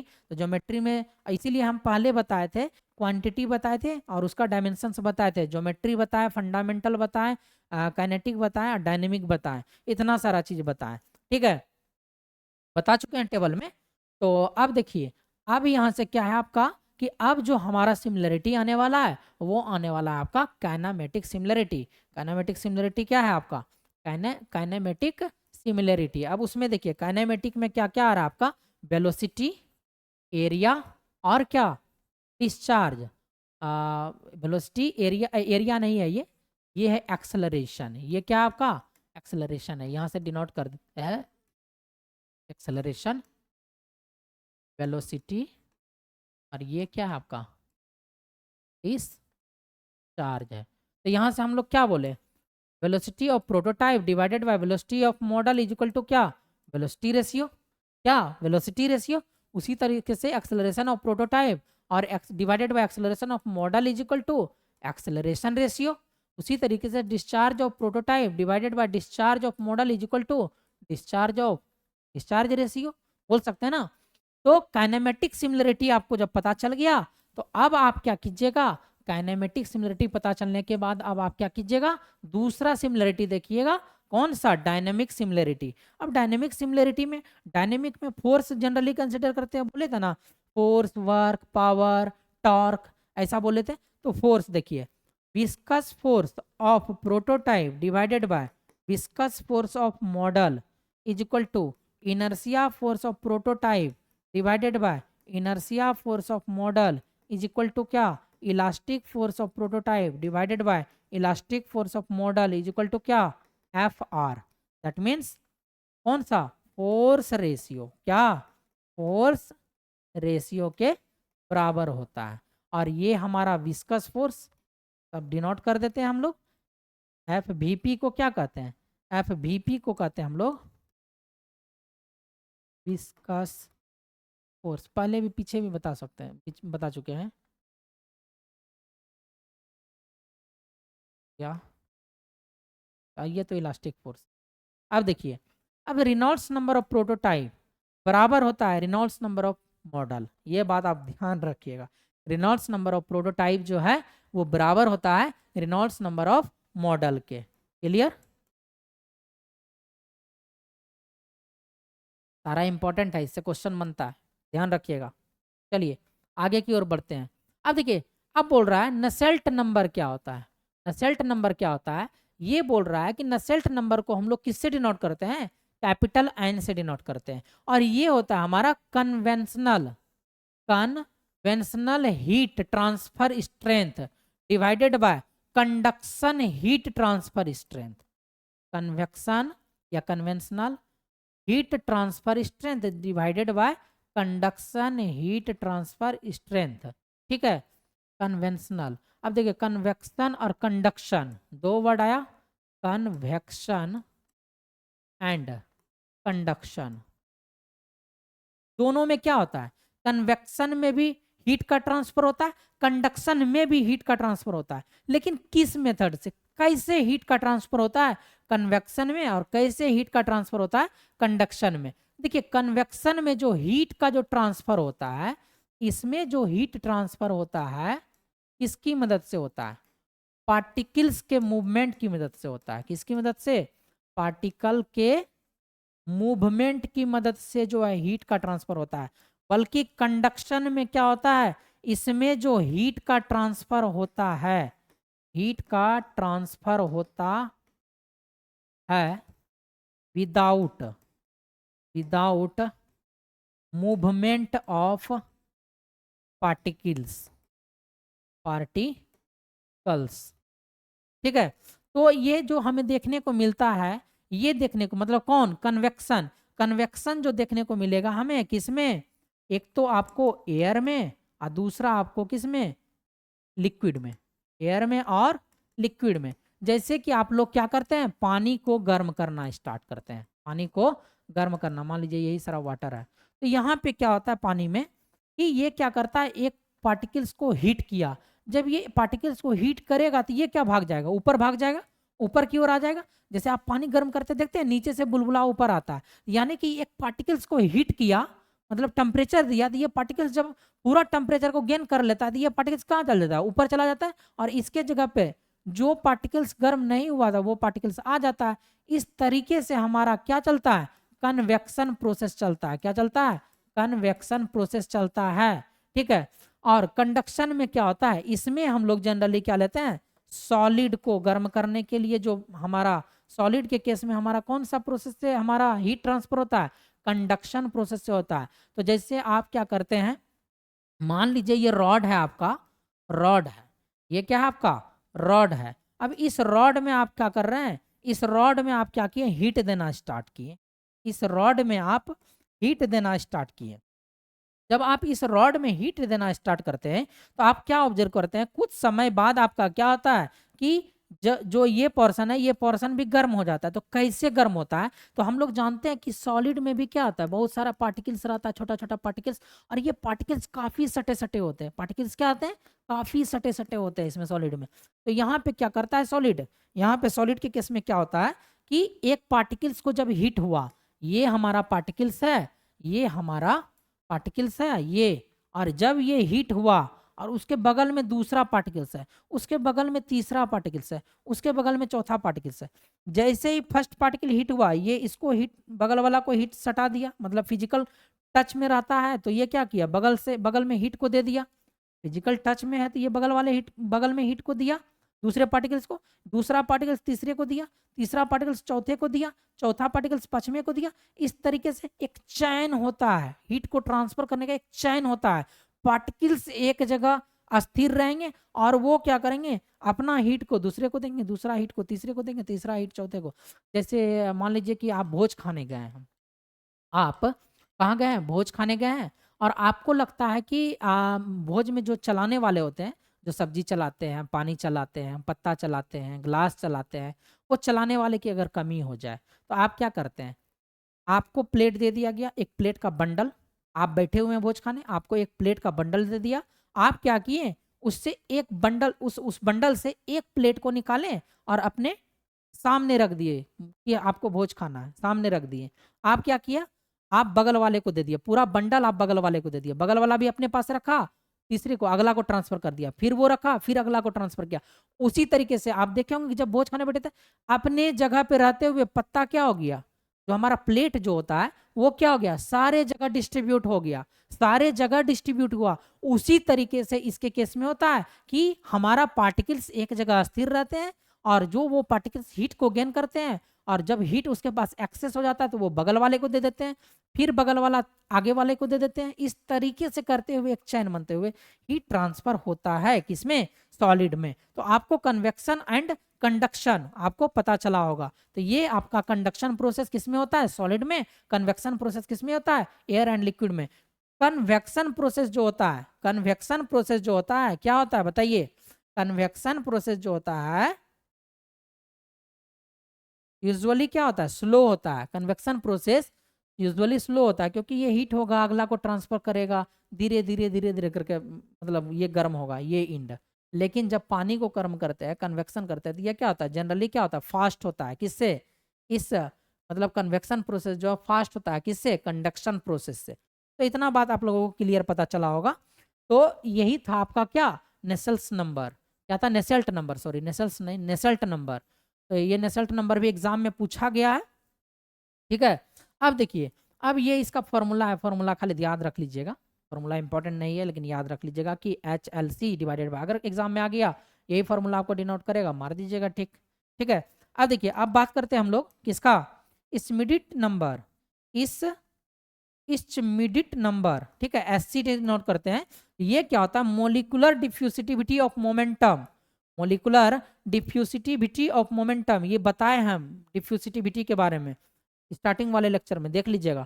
और बटे molecular diffusivity of mass transfer, क्या, molecular diffusivity of momentum divided by molecular diffusivity of mass transfer, इसी को हम लोग क्या कहते हैं, SC कहते हैं। और अगला पॉइंट है हमारा शेयरवुड नंबर, ये सारा पूछा हुआ एग्जाम में, ये सब क्या है, आस्क्ड है, एग्जाम में पूछा गया है, ये भी आस्क्ड है, और इसके पीछे भी ये भी आस्क्ड है,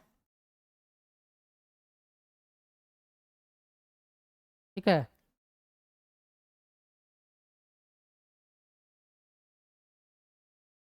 चलिए, और देखिए यहां से, अब ये क्या हो रहा है, शेयरवुड नंबर क्या आता है हमारा, convective, convective mass transfer divided by mass diffusion ratio rate, sorry mass diffusion rate, SH। Sherwood number को हम लोग किससे डिनोट करते हैं, SH से डिनोट करते हैं। और ये SH जो होता है हमारा, convective mass transfer divided by mass diffusion rate, क्या होता है, मास डिफ्यूजन रेट। अब अगला जो आएगा हमारा रिले नंबर, अभी हम लोग रिले मेथड पढ़े, तो अब उसमें हम लोग यहाँ देख लेते हैं कि रिले नंबर क्या होता है। तो ये बोल रहा है ये एक प्रोडक्ट होता है, ये क्या होता है, प्रोडक्ट होता है, किन किन चीजों का प्रोडक्ट होता है, Grashof number, Grashof number and Prandtl number, and Prandtl number is called Rayleigh number. ये होता है हमारा प्रोडक्ट होता है Grashof number and Prandtl number का, क्या होता है, प्रेनेटल नंबर का क्या होता है, Grashof number and Prandtl number का प्रोडक्ट होता है कौन, रिले नंबर। तो देखिए, यही था आपका डायमेंशनल एनालिसिस, और यहीं से आपका डायमेंशनल एनालिसिस जो है कंप्लीट होता है, और इंटायर फ्लूइड मैकेनिक्स भी आपका कंप्लीट होता है। तो इंटायर फ्लूइड मैकेनिक्स को हम लोग कंप्लीट कर चुके हैं, complete fluid mechanics, complete fluid mechanics. अगर आप लोग लेक्चर को देख रहे हैं तो आप लोग कमेंट में जरूर बताइए कि अब जो है हम स्टार्ट जो करेंगे वो कौन सा टॉपिक स्टार्ट करेंगे, यानी कि कौन सा सब्जेक्ट को स्टार्ट करना है, आप लोग कमेंट बॉक्स में बताइए, ताकि हम लोग जब भी अगले क्लास में आएंगे उस पेपर को फिर से हम लोग क्या करेंगे, उसका पोस्टमार्टम करेंगे, उसका स्टडी करेंगे, ठीक है। तो thank you for watching fluid mechanics, ठीक है। तो आप लोग अब आप लोगों को बताना है कि जब आप लोगों का ये जो है पूरा एक फ्लूइड मैकेनिक्स का सीरीज जो है यूट्यूब में प्लेलिस्ट आपको मिल जाएगा, प्लेलिस्ट में जाके आपको PK सर डालना है, उसका प्लेलिस्ट प्लेटफॉर्म बाय नवीन कुमार सिंह, चैनल का नाम है नवीन कुमार सिंह, नवीन कुमार सिंह चैनल पे जाइए, नवीन कुमार सिंह चैनल पे विजिट कीजिए, उसके प्लेलिस्ट में जाइए, वहां आपको कंप्लीट फ्लूइड मैकेनिक्स का प्ले लिस्ट दिखेगा, क्या दिखेगा, कंप्लीट FM का प्लेलिस्ट दिखेगा सिविल इंजीनियरिंग का, ठीक है। तो वहां से आप लोग क्या कर सकते हैं, पूरा फ्लूइड मैकेनिक्स को एकदम टू के अगर एक बार देख लिए, बार बार आपको रिवीजन करना है, 1.5 गुना स्पीड में देखिए, देख के आप क्या कर सकते हैं, जल्दी से जल्दी रिवीजन कीजिए और क्वेश्चन लगाइए। अब ये था आपका पूरा फ्लूइड मैकेनिक्स का थ्योरी पोर्शन। थ्योरी पोर्शन जितना था फ्लूइड मैकेनिक्स का वो कंप्लीट हो गया। कुछ कुछ है ओरिफिस, माउथ पीस, ये एग्जाम में जनरली पूछा नहीं जाता है। कभी हम एक आधा घंटा का वीडियो लेते आएंगे और ओरिफिस और माउथ पीस के बारे में बता देंगे। अब एक हाइड्रोलिक मशीन बचा है। हाइड्रोलिक मशीन चैप्टर में टरबाइन वगैरह के बारे में पढ़ना है, ठीक है, पंप के बारे में पढ़ना है, और फ्लूइड मतलब किसी भी प्लेट के ऊपर जेट जो है कितना फोर्स से स्ट्राइक करेगा, वो सब पॉइंट बचा हुआ है। तो वो हाइड्रोलिक मशीन का पार्ट है, उसको हम लोग हाइड्रोलिक मशीन में कवर करेंगे। और साथ ही साथ कुछ पोर्शन ओसीएफ है, ओसीएफ को भी कंप्लीट करेंगे, हाइड्रोलॉजी को कंप्लीट करेंगे। तो ये जो आपका कंप्लीट हुआ, ये आपका कंप्लीट फ्लूइड मैकेनिक्स का टॉपिक कंप्लीट हुआ, थ्योरी। अब जो हम कभी आएंगे, जब अभी कुछ सेशन जो है, मतलब कह सकते हैं कि अभी जो हमारे स्टाफ्स जो है बिजी हैं, जिसके वजह से जो है क्वेश्चंस का पीपीटी तैयार नहीं हो पा रहा है। जैसे ही वो अभी एस्टेट में सब लोग बिजी है, एस्टेट जैसे ही कंप्लीट हो जाएगा तो उसके बाद हम स्टार्ट करेंगे। स्टार्ट क्या करेंगे, क्वेश्चन सेशंस को स्टार्ट करेंगे। और क्वेश्चन सेशंस में हम लोग पूरा फ्लूइड मैकेनिक्स का 200 से 250 क्वेश्चन करेंगे। कभी कभी हम क्वेश्चंस का मैराथन भी लेके आ सकते हैं, ठीक है, क्वेश्चंस करेंगे। आप लोग थ्योरी को अच्छे से रिवीजन कीजिए। जितना थ्योरी हम बताए हैं सारा का सारा, उसमें ऐसा ऐसा पॉइंट है ना कि डायरेक्ट एग्जाम में पूछा गया है। इस नोट्स में ऐसा ऐसा पॉइंट है फ्लूइड मैकेनिक्स के जो डायरेक्ट एग्जाम में पूछे गए हैं, ठीक है। और उसको हम इम्पोर्टेंट मार्क भी किए हैं कि किसकी मतलब कि कौन कौन सा पॉइंट इम्पोर्टेंट है, किसको याद रखना है, किसको छोड़ना है। वैसे जितना छोड़ने वाला चीज़ है हम खुद ऑलरेडी छोड़ दिए, क्योंकि क्लास को ज़्यादा लेंदी भी बनाना ये भी सही नहीं है। अब क्या कि फ्लूइड मैकेनिक्स का हम 50 लेक्चर ले लिए और पता चला कि हम रिवीजन भी नहीं कर पाए। ये कितना आज हमको लगता है 20 लेक्चर के करीब होगा, 20-21 लेक्चर के करीब होगा। तो 20-21 लेक्चर, वो भी 1 घंटे का लेक्चर है, कोई 45 मिनट का है, कोई आपका 1 घंटा 5 मिनट का, कोई 1 घंटा 20 मिनट का, कोई 1 घंटा 25 मिनट का, इस तरीके से है आपका, ठीक है। कोई भी जो है 1.5 घंटे से ऊपर नहीं है। ऑलमोस्ट अगर सबको एक एवरेज लीजिएगा तो 1 घंटे का लेक्चर है, 21 घंटा। 21 घंटा को अगर आप 1.5 के स्पीड से देखते हैं, आप वहां से कर लीजिए, 1.5 से मल्टीप्लाई कर लीजिए, यानी कि अप्रोक्स आप 2 दिन में, अप्रोक्स आप क्या कीजिएगा, 2 दिन में पूरा जो है फ्लूइड मैकेनिक्स को इस वीडियो के थ्रू रिवीजन कर सकते हैं, ठीक है। अगर आप लोग इस वीडियो को देखिएगा तो हमें उम्मीद है कि आप लोगों को काफ़ी बेनिफिट होगा, क्योंकि इसमें बहुत ही उम्दा और बहुत ही बेहतरीन पॉइंट सब कवर किए गए हैं, ठीक है। तो ठीक है, तो फ्लूइड मैकेनिक्स यहीं से कंप्लीट होता है, और हम आज फ्लूइड मैकेनिक्स से यहीं से क्या लेते हैं, विदा लेते हैं। थैंक यू, धन्यवाद, बाय, पीके सर के साथ, ठीक है। चलते हैं, हम आगे बढ़ते हैं।